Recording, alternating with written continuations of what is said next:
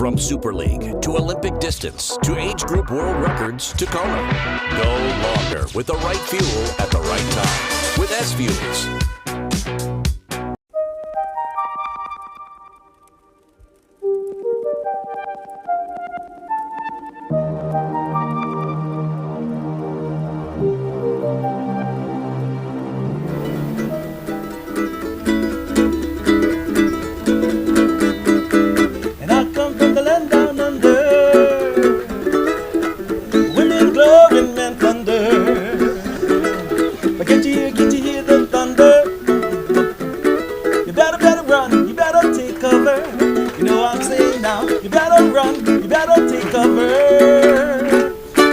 Breakfast with Bob. Yeah, Pancho Man!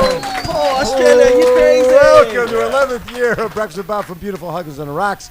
My name is Bob Babbitt, and we're brought to you by Master Spas, SFuels Go Longer, HOKA Let's Fly, Form Smart Swim Goggles, Quintanaroo Zoot, the original triathlon brand, and our Challenge Athletes Foundation. He is from Australia. Our next guest, Mr. Matt Burton. How you doing, Matt? Good, Bob. Thank you, Pancho Man. That was sweet. So it has been a long journey. Yeah. You won the age group here, 2011 and 2012, and you have not been back. No, decade. Decade. Yeah.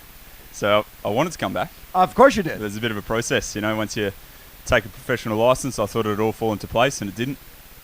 Yeah, so and I look back, you had like a bunch of injury stuff going on. Yeah. And that they couldn't diagnose for a long time, right? Take me through that.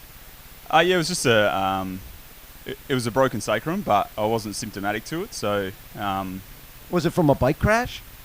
Who knows? It went on for so long that it could have been.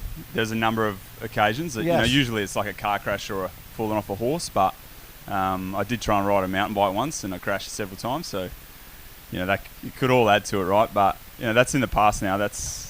That was 4 years that I'll probably look back on and take the most knowledge from. Right. Once you move on from sport, but it adds to the story. And when did you feel right again? It looks like 2017, 18 is when things. 2018, third at Ironman Western Australia, 8:07, and then I think you got second the following year, and then first year after that. The end of 2018 was when I started to feel like there was reward from training effort, and then 2019 I missed qualifying, in New Zealand, and then in Cairns again, and then by the end of 2019 qualified, which was then now Utah. Yes. So then we had a bit of a hiatus there from racing for a couple of years. We were pretty trapped in Perth, locked away to our own republic really in WA, but now we're here. Well, and then going to St. George. You got the whole family was sick. Oh no! So I was in St. George for 4 weeks before, and then I had to withdraw from the race midway through the bike. I wasn't right, and then spent the next few days with a bit of gastro. Yes. And then a week before, come home optimistic towards Cairns, Ironman Cairns, which is June, so a few months later, and then my wife's son and I got COVID a week before. A week before that. And I thought I'd be okay, but. Oh, it definitely wasn't. You were not okay. Oh, so you tried to race? I tried, yeah. I got through. It was a long day. Oh, my God. You got through it? Yeah. Oh, you're a crazy man. So this year, 2021, I'm sorry, you win Western Australia, right? 8:01 and 250 marathon. I always look at the 250 marathon there in 2019, 246 marathon, 755. That's, to me, the real Matt Burton. Yeah, that's the summer, right? That's the summer back home. That's why, a lot of Americans, Europeans stay away from coming down to us in Australia, because the Aussie athletes and New Zealand athletes are really good that time of year because of, we're in the prime of the year from a weather point of view and a training point of view. So, I have the beauty of being able to race at home, which is Busselton, in the December. So, yeah, that's what I need to channel here. And, I feel I can. And you've been here a month. Yeah. How's the training been? Yeah, unreal. It's you come here a lot of athletes come here and expect it to feel like home, which I learned in 2011 and 2012. Unfortunately, you just got to battle quite a bit in the winds, in the heat. Right. It hits you in the face the first 2 weeks because it's been winter back home, and it's been quite cold as well, typically for WA. But definitely caught that for those first few weeks. It's been really nice the last week. It's almost Yes. a bit cool of a night time compared to those first couple of weeks here. So, it's hard because you come over alone and it's a month training and the training's been great, but everyone has to say that, right? But no, I'm really happy. And then my wife and my son Yes. and my mother-in-law arrived yesterday. Oh, that's awesome. So How old's your son? He's 10 months pretty soon. Very soon, I think. Yeah. Good man. Get it right. When I left home, he couldn't crawl and he didn't have teeth, and now he does both. So he's got both. So That is very cool. What got you into this sport?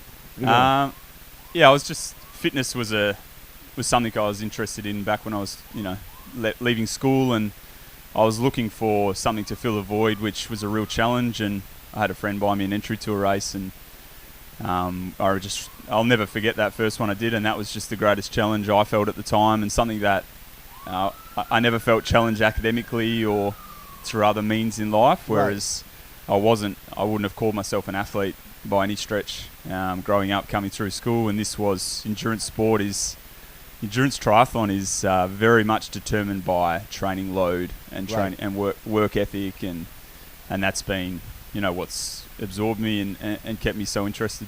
So there was never hey, I'm going to go ITU. You didn't start. You with got to swim fast. You started with the longer distance. Yeah. I couldn't. I breaststroked the swim the first time I did a race, and so you had that great swim background. Oh, real good swim background. Yeah. Breaststroke the entire swim. Yeah. It was only 200 meters. So it's I don't swim great now, but it's from where I've come. It's you got to reflect sometimes. Yes. And you only do that as you get older.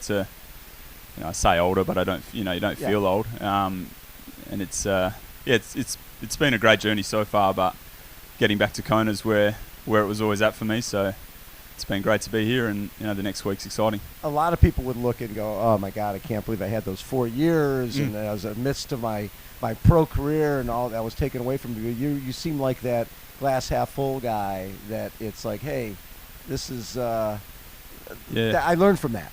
Yeah, I learned from that. It's made me better. I appreciate it more now than maybe I did then. I've got very supportive family. Yes. And so a few times you go to throw it in, and they were like, "Nah, just hang in there," because they could see the training load. Like I was still able to put in the big workloads, but I just never wanted to be that guy or that athlete that says what if. And I'm at a point where I want my son to see me racing. Yes. Not to, we brought him over here because it's free to travel with a under 2-year-old, right? But I want one day him to actually see it. So that's a big motivation. Yeah. We don't see that many people with a shirt with not a whole ton of sponsors on there. So this has been a struggle. Yeah, absolutely. I've got some really good support from some sponsors, but when you go through a long period of injury, and there'd be a lot of athletes across all sports that would say, you can only take so much or expect so much from companies and from supporters, to aid you through the tough times. Right. It's not, you can't be disgruntled or hold a chip on your shoulder. It's just, you got to find a way. And it's a bit like racing. I always found like racing here, stuff goes wrong big time in Kona, right? But you just got to find a way. Yeah. So when you win the age group twice in a row and you're planning to go pro, did you have support at that? More Probably sponsors? more, yeah. More sponsor support going, okay, he's going pro, he's going to make some great moves. And they were there for a while. Yeah, they were there for a little while, and, my belief's always been there, so that's not, my ambition, but everyone's got ambition, right? Everyone's got dreams, Totally. So it then becomes, how motivated you are through those patches, and I don't want to be any different to anybody else that, every athlete who pushes the body so much goes through periods of injury, right? So it's not, I'm no different. It's just, I've kept doing it for, 10 years beyond the age group time. So it's sort of coming up to 15 years now. And, I have new motivations. So it's, How is this? You were a top age grouper 11 and 12. Yeah. And you've been a pro for this last decade. The sport's changed just a little Yeah. bit, especially, really since COVID. Oh, absolutely. And even just being here, I came a month early in 2012. Yeah. And it was really quiet till about 10 days out. Whereas it's been amazing for me to see, it's very normal. The sport's become very professional across age groups and elite. Right. You can't be an elite athlete now and not have a cameraman follow you.